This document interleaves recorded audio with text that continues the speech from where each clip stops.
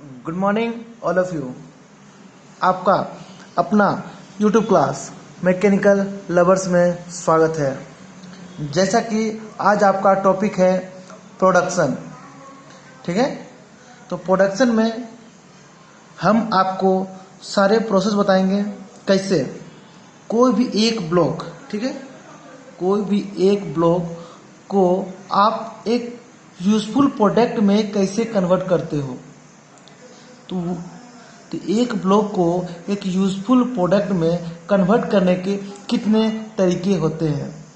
तो आप देख सकते हैं यहाँ पे आपकी क्या है, एक ब्लॉक है, ठीक है, एक रेक्टेंगुलर ब्लॉक है। तो इसको हम एक सिलिंड्रिकल प्रोडक्ट में लाना है। तो क्या क्या तरीका होता है। पहला तरीका होता है कास्टिंग के थ्रू हम कर सकते हैं, दूसरा फोर्जिंग के थ्रू कर सकते हैं, तीसरा मशीनिंग के थ्रू कर सकते हैं। और भी प्रोसेस होते हैं। कास्टिंग मेनली तो आप जानते होंगे, कोई मेटल को लिक्विड में कन्वर्ट करके उसे हम पोर करके सॉलिडिफाई करके कास्टिंग करते हैं। फोर्जिंग क्या होता है, फोर्जिंग में हम प्रेशर यूज करके उसे हम एक सिलिंड्रिकल आकार देते हैं, ठीक है। जैसे एग्जांपल आपसे व्हील स्मिथ, ये को याद होगा जो आपको हम पढ़ाया है, व्हील स्मिथ प्रोसेस। तीसरा होता है मशीनिंग प्रोसेस, मतलब काट छीट के एक सिलिंड्रिकल के फॉर्म में लाते हैं। तो मेनली ये किस पर डिपेंड करता है कि हम कौन सा प्रोसेस लेंगे।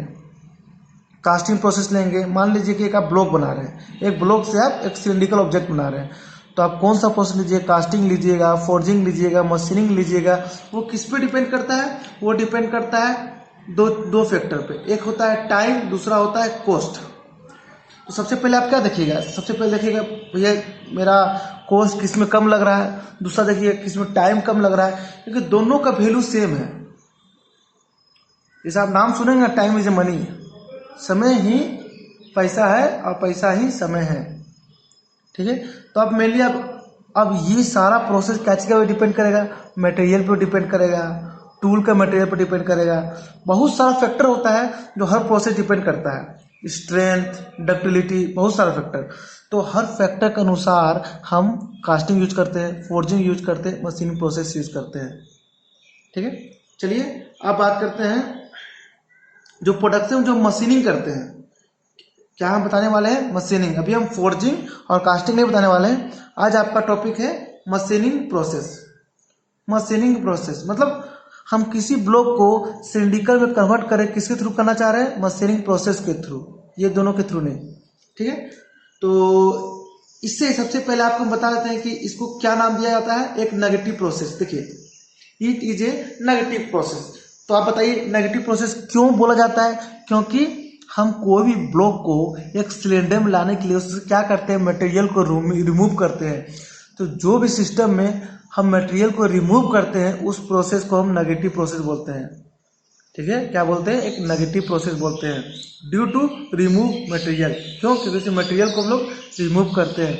जो रिमूव मटेरियल होता है उसे हम स्क्रैप भी बोलते हैं। क्या बोलते हैं, देखिए, जो रिमूव मटेरियल है उसे हम स्क्रैप भी बोलते हैं। स्क्रैप का मतलब क्या है, स्क्रैप का मतलब जो भी चिप निकलता है, चिप का फॉर्मेशन हो रहा है, ठीक है, तो उससे हम क्या बोलते हैं, स्क्रैप। देखिए, कोई भी इंडस्ट्री में स्क्रैप का बहुत ज़्यादा इंपॉर्टेंस होता है, वेरी इंपॉर्टेंस। कितने कितने लोग का जॉब तो सिर्फ स्क्रैप पर काम करने के लिए होता है। कि आप कोई भी एक ब्लॉक से आप कोई ऑब्जेक्ट बना रहे हैं, उससे कितना ज़्यादा आप स्क्रैप रिमूव कर रहे हैं। जितना कम होगा उतना अच्छा होना चाहिए, और ज़्यादा स्क्रैप रिमूव कीजिएगा तो आप तो कोई खराब इंजीनियर है, ठीक है। तो ये डिपेंड करता है इस चीज़ पे। चलिए आप बात करते हैं किस पे, तो कितने कितने टाइप्स होते हैं, ठीक है। हम समझ तो गए कि हम रिमूव करना है, तो कितने तरह टाइप्स के होते हैं। नाउ अब आपको बताते हैं कितने टाइप्स के होते हैं ऑपरेशन, जिससे हम किसी ब्लॉक को एक सिलिंड्रिकल में मतलब मशीनिंग प्रोसेस कर सकते हैं, सिंपल, ठीक है। एक होता है single point cutting tool. Single point cutting tool मतलब आप ऐसा टूल यूज करें जिसमें सिंगल पॉइंट हो। मल्टी पॉइंट भी होता है, तो सिंगल पॉइंट किस में होता है, जैसे हम मेनली पढ़ेंगे लेथ ऑपरेशन का। अब देखिए ये बहुत ही इंपॉर्टेंट है, इसको हम अच्छा से पढ़े हैं, ठीक है। मेनली ये आपको हम बता चुके हैं इसे प्रीवियस चैप्टर में। तो सिंगल पॉइंट कटिंग टूल सबसे इंपॉर्टेंट है।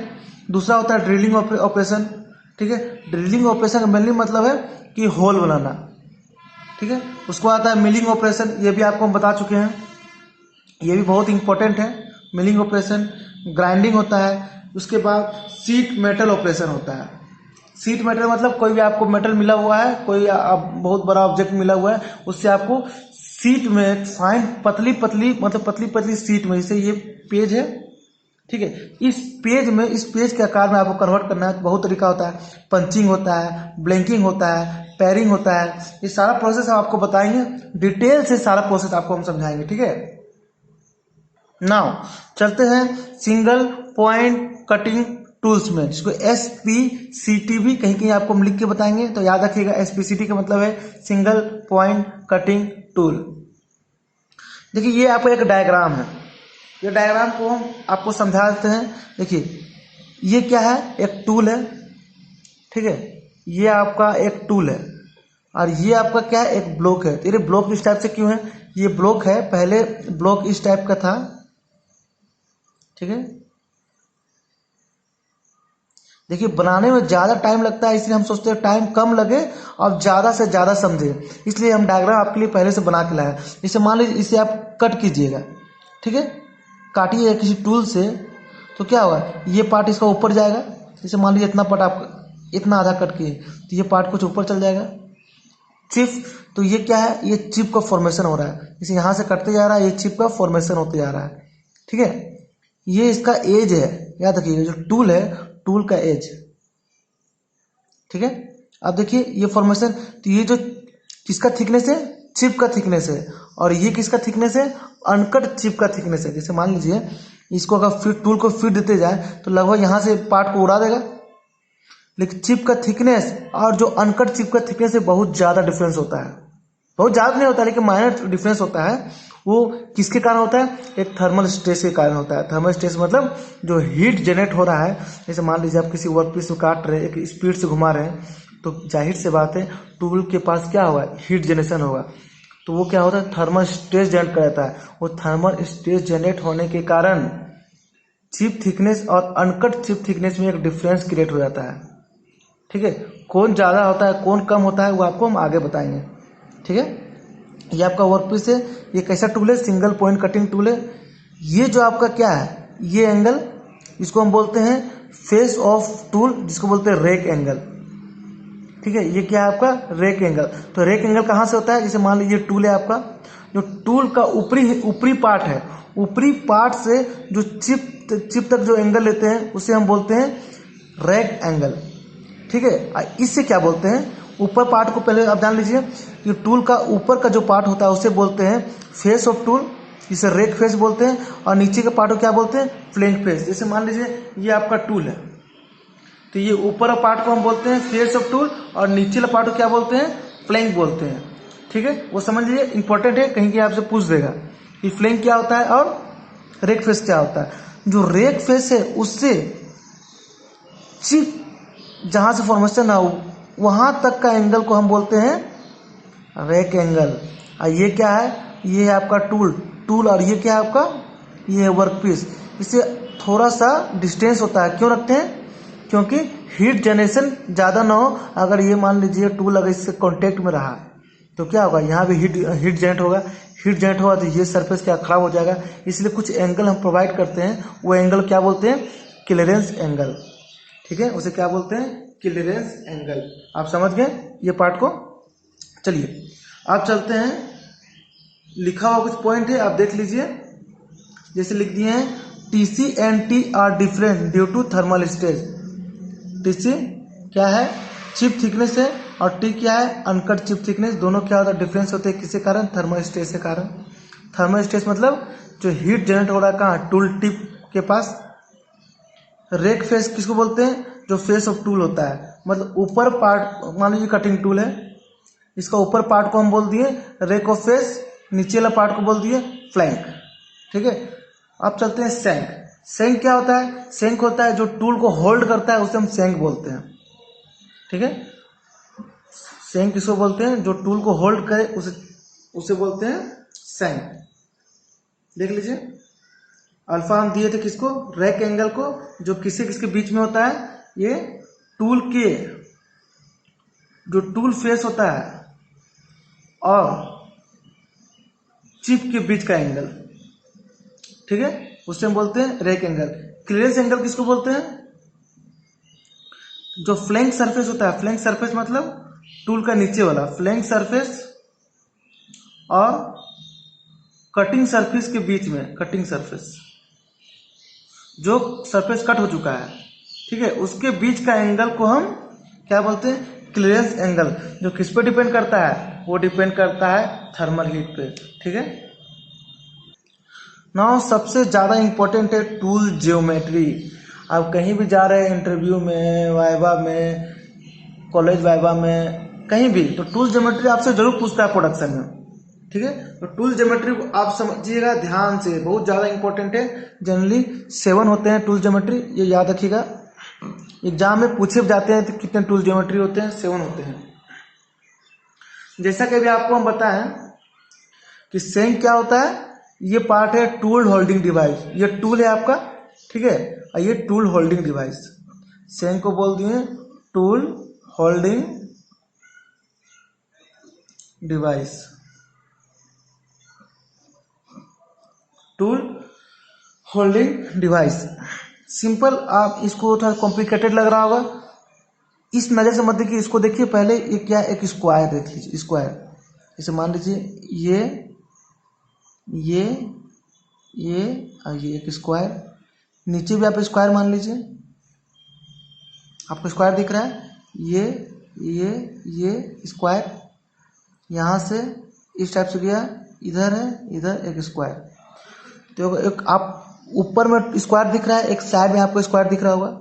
मेन खेल इसी में है। तो जैसे मान लीजिए कि होना चाहिए इस पे, इस लाइन पे, लेकिन क्या हुआ, इस लाइन से हल्का सा डेविएट कर जाता है, मतलब हल्का सा एंगल दे दिया जाता है। तो इस एंगल को क्या बोलते हैं? इस एंगल को बोलते हैं side cutting edge angle. Side cutting edge angle मतलब देखिए, ये क्या है? साइड है और एज भी है, इसके बीच में एंगल हो गया साइड कटिंग एंगल। मतलब हर जो स्क्वायर आपको बताया है उसे हल्का हल्का डेविएट किया हुआ है, ठीक है। अब देखिए, ये ऐसे था और आपका ऐसे जाना चाहिए था, ठीक है, लेकिन हल्का से इधर भी डेविएट हो गया है। तो इससे इसके बीच का जो एंगल है उसे हम क्या बोलेंगे? And cutting edge angle. And क्यों बोल रहे हैं? क्योंकि ये एंड में है, ये साइड में था तो साइड कटिंग एंगल, ये एंड में है तो एंड कटिंग एंगल, ठीक है। उसके बाद टूल जाना चाहिए था इस टाइप से, यहाँ से जाना चाहिए था, लेकिन यहाँ से भी थोड़ा डेविएट हो गया, ठीक है, इस पाथ से भी हल्का डेविएट हो गया। तो इसे हम क्या बोल रहे हैं? तीसरा बोलते हैं रैक एंगल। तो ये क्या हो गया? Rack angle. रैक क्यों? क्योंकि ये सपोर्टिंग पार्ट से हल्का डेविएट कर रहा है, तो इसे हम बोल रहे रैक एंगल, ठीक है। अब ये बोलिएगा सर आप तो फोर्थ क्या है? फोर्थ है, जैसे मान लीजिए कि ये सरफेस क्या होना होता है? प्लेन। जैसे मान लीजिए ये सरफेस क्या है? प्लेन। कोई भी स्क्वायर का सरफेस होता है प्लेन, लेकिन ये क्या, थोड़ा सा बेंट हो, इस टाइप से, इस टाइप से बेंट होता है, ठीक है। तो इसके बीच में जो एंगल होता है वो होता है ये एंगल, जिसे हम क्या बोलते हैं? Back rack angle. Back rack angle क्यों बोलते हैं? क्योंकि बैक से हल्का डेविएट होता है, बैक से हल्का डेविएट होता है, इसीलिए इसे हम बैक रैक एंगल बोलते हैं। उसके बाद इधर का जो स्क्वायर है आपको दिख रहा होगा, ठीक है, तो लाइन जाना चाहिए यहाँ से, थोड़ा सा डेविएट कर गया, तो इसको क्या बोलेंगे बताइए? इसको बोलेंगे हम साइड रिलीफ एंगल। क्या बोलेंगे? साइड रिलीफ एंगल, क्योंकि साइड में साइड से डेविएट कर रहा है। और यहाँ क्या बोलेंगे? और ये भी यहाँ से जाना चाहिए, यहाँ से भी थोड़ा डेविएट कर गया है, तो 6 में एंड रिलीफ एंगल, ठीक है। उसके बाद देखिए इस पॉइंट में थोड़ा सा क्या है, शार्पनेस होना चाहिए, शार्पनेस को हटा के कर्व कर दिया गया, कर्वेचर ला दिया गया, जिसे हम क्या बोलते हैं? नोज रेडियस बोलते हैं। चलिए आपको याद करवाते हैं, बहुत ज़्यादा इंपॉर्टेंट है, आपको याद करवाते हैं, ठीक है। देखिए पहला क्या होता है? पहला है ये क्या है? साइड। तो ये हो गया कि साइड से हल्का डेविएट किया होता है, साइड कटिंग एंगल।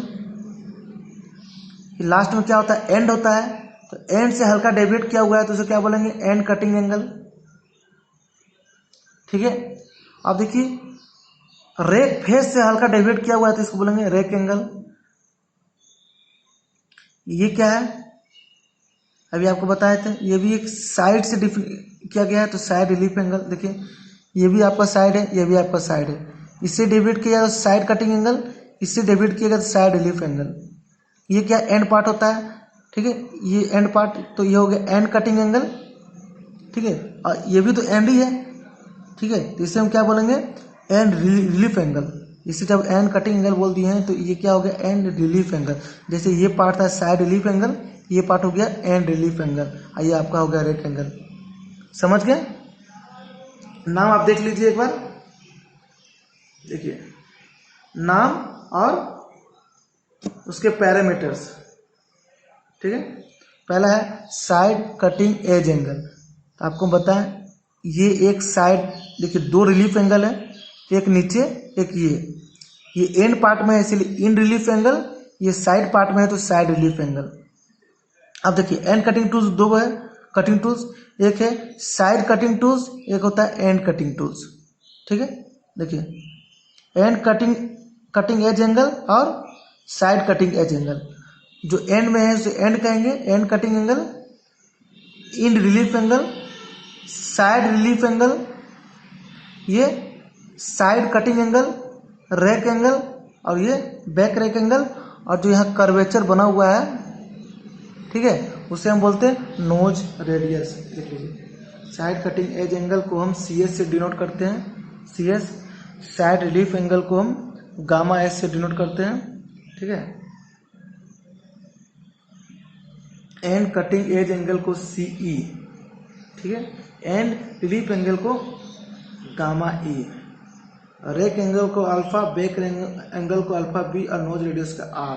देखिए जहाँ रिलीफ एंगल कहाँ का आ रहा है, एक आ रहा है आपको साइड रिलीफ एंगल, एक आ रहा है आपको and relief angle.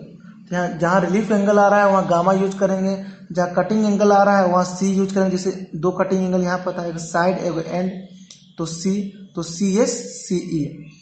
Rake angle को अल्फा, बैक एंगल को अल्फा B, और नोज रेडियस को तो R से हम डिनोट करते हैं। समझ गए? इसमें कहीं भी डाउट होगा आप कमेंट कीजिएगा, हम फिर से आपको अच्छे से समझा देंगे, ठीक है। ये देखिए एक कुछ व्यू हम बनाए हैं, ये है आपका एक view, first view, second view और थर्ड व्यू, ठीक है। फर्स्ट व्यू, सेकेंड व्यू और थर्ड व्यू। चलिए कंपैरिजन करते हैं, ठीक है। कंपैरिजन हम ये पार्ट से करते हैं। देखिए ऊपर से देख रहे हैं उसे हम थर्ड व्यू बोलेंगे, अगर हम साइड से देख रहे हैं तो फर्स्ट व्यू बोलेंगे, और अगर हम आगे से देख रहे हैं तो सेकंड व्यू। आपको हम 3 व्यू बना के दिखा रहे हैं, थर्ड व्यू, सेकंड व्यू और फर्स्ट व्यू। चलिए पहले आपको हम बताते हैं थर्ड व्यू। अगर मान लीजिए आप इंजीनियरिंग ड्राइंग पढ़े होंगे, ठीक है, अगर आप ऊपर से सरफेस को देखिएगा, जैसे मान लीजिए इसे, अगर इसे ऊपर से देखिएगा तो क्या आपको ये दिखेगा? नहीं, आपको सिर्फ ये दिखेगा, एक रेक्टेंगुलर सरफेस, चाहे स्क्वायर सरफेस दिखेगा, डेप्थ आपको दिखेगा नहीं। तो उसी में समझ लिए कि आप अगर यहाँ से देख रहे हैं टॉप में तो आपको ये तो नहीं दिखेगा, तो आपको कौन कौन एंगल दिखेगा? एक ये दिखेगा कि अरे यहाँ से जाना था तो यहाँ से डेविएट कर गया, एक ये दिखेगा, और क्या दिखेगा बताइए और क्या दिखेगा आपको? ये टॉप व्यू है, और आपको एक ये दिखेगा। जैसे मान लीजिए आप ऊपर से देख रहे हैं तो आपको तो पूरा स्क्वायर दिखना चाहिए था, लेकिन स्क्वायर नहीं दिख रहा आप, क्योंकि ये थोड़ा डेविएट कर गया, ये भी थोड़ा डेविएट कर गया, ठीक है। और आप बोलेंगे सर तीसरा दिखना चाहिए, नहीं, तीसरा नहीं दिखेगा, क्यों? क्योंकि इससे ये कोइंसाइड होगा। जैसे अभी आपको हम बताए थे डेप्थ तो नहीं दिखता है, ठीक है। चलिए अब बात करते हैं सेकंड व्यू से। अब मान लीजिए आप आगे से देख रहे हैं तो आगे से आपको क्या क्या दिखेगा? सेकंड व्यू आगे से देख रहे हैं तो आपको क्या क्या दिखेगा ये बताइए। आप आगे से देख रहे हैं तो ये जो पार्ट है, ठीक है, ये नहीं दिखेगा, क्यों? आपको हम बताएं कि हाइट जो होता है वो नहीं दिखता है, तो आपको ये थर्ड एंगल दिख जाएगा, ठीक है। और कौन सा एक एंगल दिख जाएगा? फिफ्थ एंगल दिख जाएगा, ठीक है। अब चलिए हम बात करते हैं फर्स्ट व्यू। अब जैसे मान लीजिए आप यहाँ से दिख रहे हैं तो यहाँ से आपको कौन सा पोर्शन दिखेगा? ये स्क्वायर पोर्शन दिखेगा, ठीक है। ऊपर कुछ दिखेगा नहीं, बस ये स्क्वायर पोर्शन दिखेगा। तो आप देखेंगे कि हमें ये फिफ्थ का जो है ये दिखेगा और ये दिखेगा। डेविड का ये जो पार्ट है आपका, ये तो इससे कोइंसाइड होगा, जिससे कोइंसाइड हो रहा है वो नहीं दिखता है, ठीक है। तो एक आपको ये दिख जाएगा 6, एक आपको ये दिख जाएगा कौन सा? फोर्थ पार्ट, ये फर्स्ट व्यू में, क्यों? क्योंकि फोर्थ पार्ट में थोड़ा सा इंक्लाइन होगा तो हमें सामने से दिख जाएगा थोड़ा सा मेरा इंक्लाइन है, ठीक है। और ये जो बोलिएगा सर ये फर्स्ट पार्ट भी दिखेगा, लेकिन फर्स्ट पार्ट दिखेगा लेकिन पता नहीं चलेगा ना कि स्क्वायर है कि थोड़ा डेविएट किया हुआ है। डेविएट किया रहेगा ये ऊपर पार्ट में दिखेगा कि हाँ हल्का डेविएट किया हुआ है, ठीक है। जैसे अभी आपको हम बताएं कि फर्स्ट व्यू कुछ इस टाइप से बनेगा जब आप फर्स्ट व्यू देख रहे होंगे तो, ठीक है। सेकेंड व्यू जब आप आगे से फ्रंट से देख रहे होंगे तो, थर्ड व्यू जब टॉप व्यू से देख रहे होंगे तो।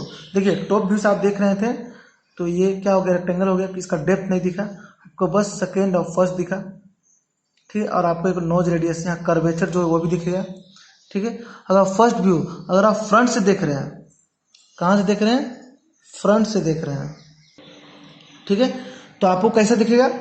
आपको कुछ इस टाइप का शेप दिखेगा जैसे अभी आपको हम बताए थे, ठीक है। जैसे देख लीजिए ये शेप आप देख लीजिए, फिर आप चलते ये शेप क्या दिखेगा, एक ये लाइन दिखेगा आपको, और ये तो पूरा मैच कर जाएगा, ठीक है। और आपका ये जो कटिंग एज है ये दिखेगा, ठीक है। तो आपका डायग्राम कैसे बन जाएगा, एक ये और ये तो पार्ट पूरा मेट कर जाएगा, ये पार्ट हमको दिखेगा नहीं, ठीक है।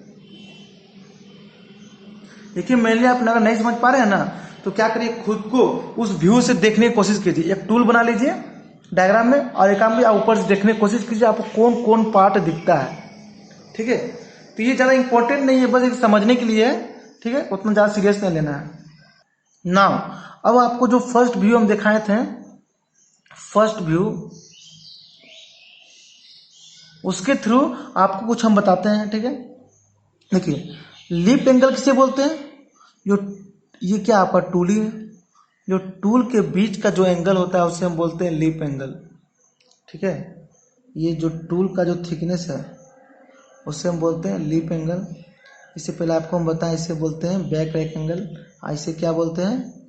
एंड रिलीफ एंगल, क्योंकि एंड पार्ट में है तो इसे हम बोलेंगे एंड रिलीफ एंगल और ये बैक रैक एंगल। अब देखिए इंपॉर्टेंस, ये समझ लीजिए कि अगर आपका जो लीप एंगल है अगर इधर ज़्यादा बढ़ रहा है तो उसे नेगेटिव बोलेंगे, अगर इधर बढ़ रहा है तो उसे हम पॉजिटिव बोलेंगे, ठीक है। देखिए अगर इधर बढ़ रहा है तो नेगेटिव, अगर इधर बढ़ रहा है तो पॉजिटिव। कैसे? चलिए आपको नीचे में आपको हम जाकर दिखा के बताते हैं, ठीक है। चलिए पहले आप क्या बोलता है, if you increase alpha B back rack angle तो क्या होगा, then flow of chips are good but back rack angle increase in limited only because if we increase alpha b then lip angle decrease, hence chance of tool tip failure occur more। उसका बोलता है if we increase alpha b then heat absorbed by the tool decrease, hence it increase life of tool but increase in limited only। तो क्या बोलना चाह रहा है, देखिए जिसे आप ये डायग्राम में देखिए और डायग्राम में देख के ही समझिए कि बोलना क्या चाह रहा है। पहला बोलता है जैसे मान लीजिए कि आप लीप एंगल को, जैसे मान लीजिए आप ये बैक रैक एंगल को क्या कर रहे हैं, बढ़ा रहे हैं मतलब पॉजिटिव, पॉजिटिव मतलब ये साइड। अगर हम कहेंगे अल्फा बी पॉजिटिव और क्या करें इंक्रीज कर रहे हैं, इसका मतलब इस डायरेक्शन में जा रहा है। अगर हम बोलेंगे अल्फा बी नेगेटिव को बढ़ा रहे हैं, इसका मतलब डायरेक्शन इधर बढ़ रहा है, ठीक है, ये समझ लीजिएगा। तो हम क्या बोल रहे हैं, अल्फा बी को बढ़ा रहे हैं पॉजिटिव डायरेक्शन में, मतलब इसे बढ़ा रहे हैं। तो टूल का ये जो थिकनेस है जैसे ये बढ़ते जाएगा, अल्फा बी अगर बढ़ेगा, ठीक है, तो ये क्या होगा, जो लीप एंगल वो कम होगा, तो वो कम होगा तो इसके बीच में शार्पनेस आती जाएगा, शार्पनेस। तो जितना शार्प होगा, ठीक है, देखिए कुछ दूर तक तो अच्छा है, जैसे मान लीजिए कि अल्फा बी और बैक रैक एंगल को बढ़ाते हैं तो लीप एंगल क्या होगा, कम होगा। लीप एंगल कम होगा तो कुछ लिमिटेड तक के लिए ये तो बहुत अच्छा है, क्या है कि टूल जितना शार्प होगा उतना अच्छा है। लेकिन अगर लीप एंगल बहुत कम करिए, शार्पनेस बहुत आ जाएगा, ज़्यादा हो जाएगा तो क्या होगा, टूटने का डर है। और किसी चीज़ का शार्पनेस ज़्यादा हो जाएगा तो टूटने का डर आ ही जाता है। तो इसलिए हम बैक एंगल को बढ़ाते हैं लेकिन एक लिमिटेड तक, ठीक है, ज़्यादा नहीं बढ़ाते हैं। उसके बाद अगर अल्फा बैक एंगल बढ़ाने से तो क्या होगा, heat observe by tool decrease होता है, तो चांस ऑफ टूल का फेलियर भी हो जाता है। सिंपल आप समझिए कि जैसे मान लीजिए कि आप टूल को कटिंग कर, आप किसी चीज़ में कटिंग कर रहे हैं तो आप बोलिएगा कि सर हमें चाहिए जितना शार्प हो उतना अच्छा कटेगा, ठीक है। तो लीप एंगल हम बैक एंगल को क्या बढ़ाएंगे, पॉजिटिव की तरफ, तो लीप एंगल क्या होगा, कम होगा तो क्या कटिंग टूल अच्छा होगा, लेकिन हम ज़्यादा नहीं बढ़ा सकते, नहीं तो टूल इतना शार्प हो जाएगा कि वो ब्रेक हो जाएगा। क्यों? हीट, क्या कि जब यहाँ से अगर वर्कपीस से किसी वर्कपीस से तो ऑपरेशन हो रहा है ना, तो वहाँ क्या होगा, हीट जनरेट होता है, और ज़्यादा हीट जनरेट होगा इतना पतला सा चीज़ में तो फेलियर तो होगा ही। चलिए आप बात करते हैं, देखिए ये बहुत ज़्यादा इम्पोर्टेंट रखता है, ये सबसे इम्पोर्टेंट है, ढेर सारा क्वेश्चन पूछा जाता है इससे,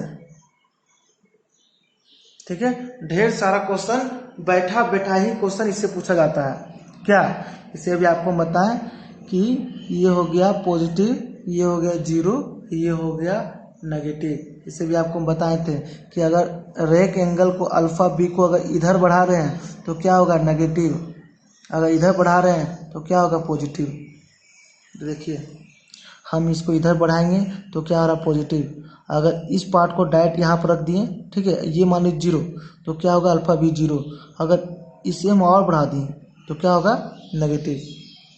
तो इसमें आप देख रहे हैं इसमें जो टूल का जो शार्पनेस है कितना मोटा है, इसमें शार्पनेस कितना कम हो गया, ये है लीप एंगल, ठीक है, और इसका लीप एंगल कितना ज़्यादा है। तो आप ही बताइए कि अच्छा ऑपरेशन कौन करेगा, अच्छा ऑपरेशन ये करेगा क्योंकि शार्पनेस ज़्यादा है, ठीक है, इसका तो अच्छा ऑपरेशन होगा ही नहीं, इसका इतना मोटा शार्प उतना है ही नहीं है, लेकिन इससे फेलियर का चांस ज़्यादा है, इसमें फेलियर का चांस कम है। इतना शार्प है, तुम हार्ड मेटल को तो हम ऑपरेशन कर नहीं सकते हैं, क्यों, हार्ड मेटल करेंगे तो ये टूट जाएगा, क्योंकि इतना शार्प बना हुआ है, इसे हम हार्ड मेटल से ऑपरेट कर सकते हैं, ठीक है।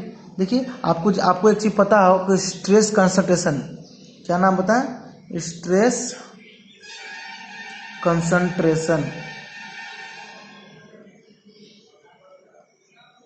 स्ट्रेस कंसंट्रेशन क्या होता है, आपको हम बताए थे